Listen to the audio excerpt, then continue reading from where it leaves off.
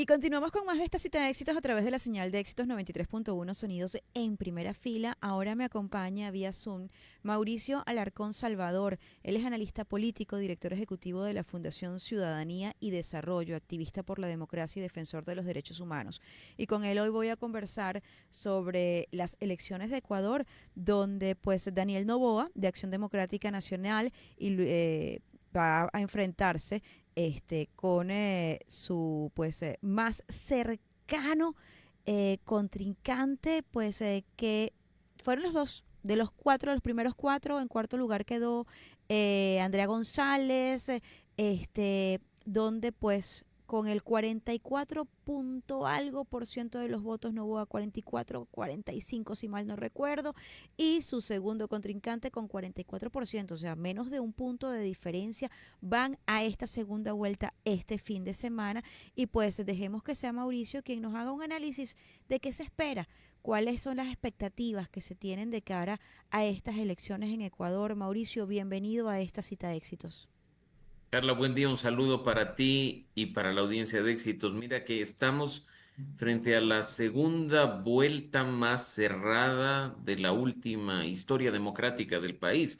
La Ujú, diferencia entre Daniel Noboa y Luisa González en la primera vuelta fue de poco más de 16,000 votos. ujú. Estamos hablando de 44,17% contra el 44% de Exacto, cuarenta y cuatro González. punto diecisiete, ese fue el punto que me faltó. La diferencia fue mínima. Sí, señor. Y pues ahora, de cara a una segunda vuelta, a muy pocos días de este domingo, las encuestas no nos dejan muy tranquilos, al menos las que se ha podido conocer, señalan que la diferencia estaría en menos de un punto porcentual.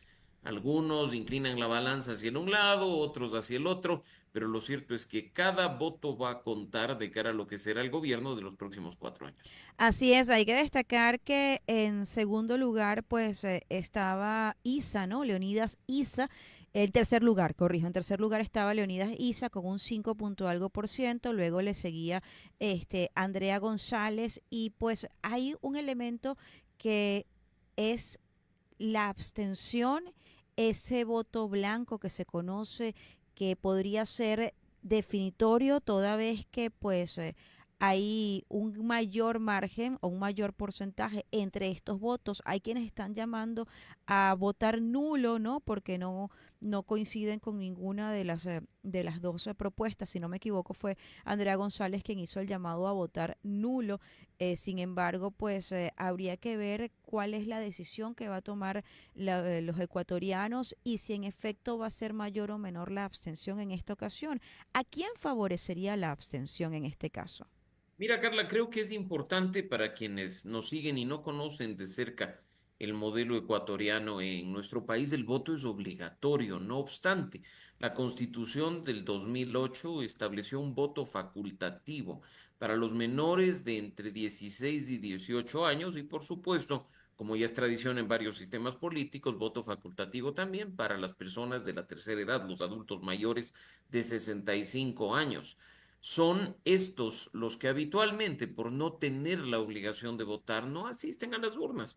Ya no Mm. requieren ese papelito del certificado de votación para ningún trámite público ni para ninguna cosa formal. Por lo tanto, deciden simplemente no asistir. Pero esta segunda vuelta, como lo mencionaba, es tan atípica que ya en la primera 9 de cada 10 votos se decantaron por uno de los dos finalistas y el espectro de voto peleable para alcanzar la presidencia de la República, a diferencia de en otras ocasiones, ha sido bastante reducido.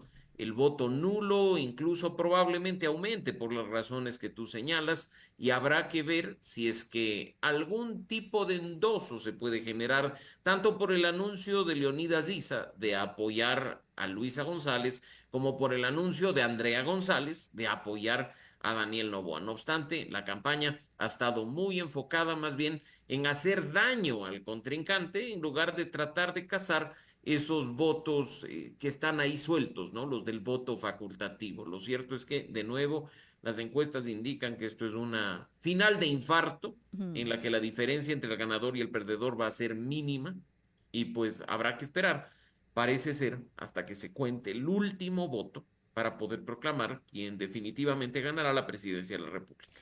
Desde afuera de Ecuador podemos pensar muchas cosas, podemos interpretar lo que son los análisis que hacen los expertos en esta materia, podemos leer lo que son las noticias, pero desde adentro, Daniel Noboa y Luisa González, ¿qué los diferencia? Ya Ecuador tuvo la experiencia con Noboa, ¿se atreverá a repetir?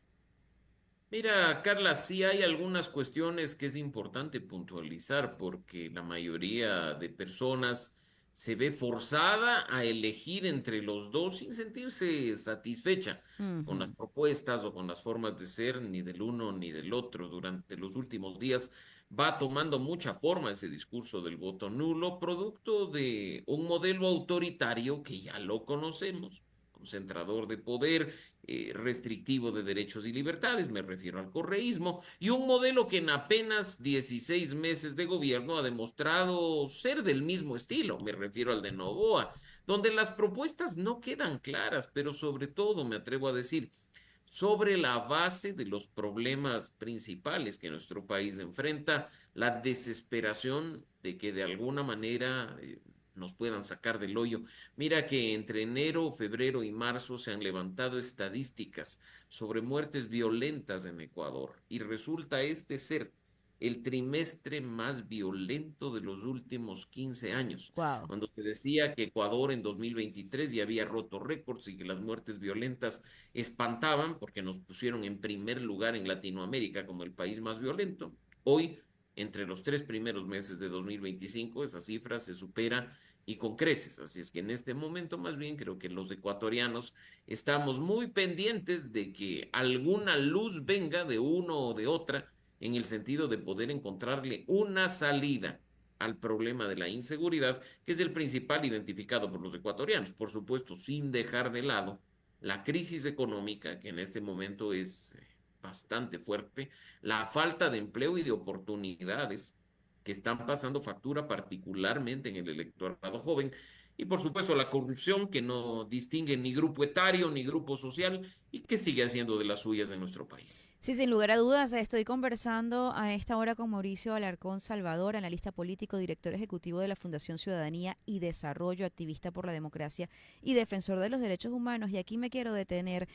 Mauricio, en su experiencia, en su trabajo como activista por la democracia, defensor de los derechos humanos, estos dos temas, libertad, democracia, derechos humanos, ¿qué tanto los tocan estos dos candidatos que van a la segunda vuelta, Noboa y Luisa González? Que bueno, Luisa sabemos que es del correísmo y Noboa ya conocemos cuál ha sido su trabajo como presidente de Ecuador, pero estos puntos en particular, ¿qué tanto ellos lo toman en cuenta? ¿Qué tanto lo trabajan? ¿Qué tanto ofrecen al respecto en sus propuestas de gobierno? Mira, muy poco se ha dicho, Carla, sobre los temas de democracia y de libertad. Por eso mencionaba hace un momento que estamos frente a dos opciones claramente autoritarias. No Mm, obstante, sí te digo que eso lamentablemente tiene una razón de ser. Desde hace algunos años nuestro país viene monitoreando las cifras del Latinobarómetro. Hace muy poco incluso se publicó la encuesta de riesgo político. Y mira que las cifras respecto de Ecuador señalan que particularmente los jóvenes están dispuestos a aceptar un gobierno autoritario, totalitario o dictatorial si es que éste entrega bienes, servicios de calidad a la ciudadanía. wow. Quizá por ello, por ese desencanto con la democracia, es que los candidatos hacen muy poca alusión a ella, pero eso a la larga termina pasando factura porque de la democracia se sostiene todo lo que funciona en un país. Es Y así. pues en ese sentido creo que aunque a algunos les resulte incómodo y además en algunos sectores resulte conveniente justificar, por ejemplo, actuaciones del gobierno actual, simplemente por oponerse al correísmo, hay que mencionar y decir las cosas como son. No estamos viviendo en Ecuador en este momento, durante este último periodo, un gobierno democrático, respetuoso de los derechos y de las libertades. Estamos viviendo un gobierno de tintes autoritarios, pero de una opción ideológica diferente a la del correísmo, lo cual llena de satisfacción, por supuesto, a algunas personas que al parecer no tenían problema con el autoritarismo, sino que no les gustaba que el autoritario sea una persona que no formaba parte de su grupo de amigos. Me refiero a Rafael Correa, pero habemos muchos que sí defendemos principios y que vamos a seguir trabajando por la democracia y por la libertad, independientemente de quienes sean los que nos gobiernan. Muchísimas gracias por su tiempo. Un placer haber conversado con Mauricio Alarcón Salvador, analista político, director ejecutivo de la Fundación Ciudadanía y Desarrollo. Y pues estaremos atentos a los resultados de las elecciones en segunda vuelta de las presidenciales en Ecuador, que serán este domingo 13 de abril. Una jornada en la que los ciudadanos ecuatorianos van a elegir entre Daniel Noboa y Luisa González para ocupar la presidencia de este país. Gracias por su tiempo, Mauricio Alarcón Salvador. Y nosotros seguimos con más de esta cita.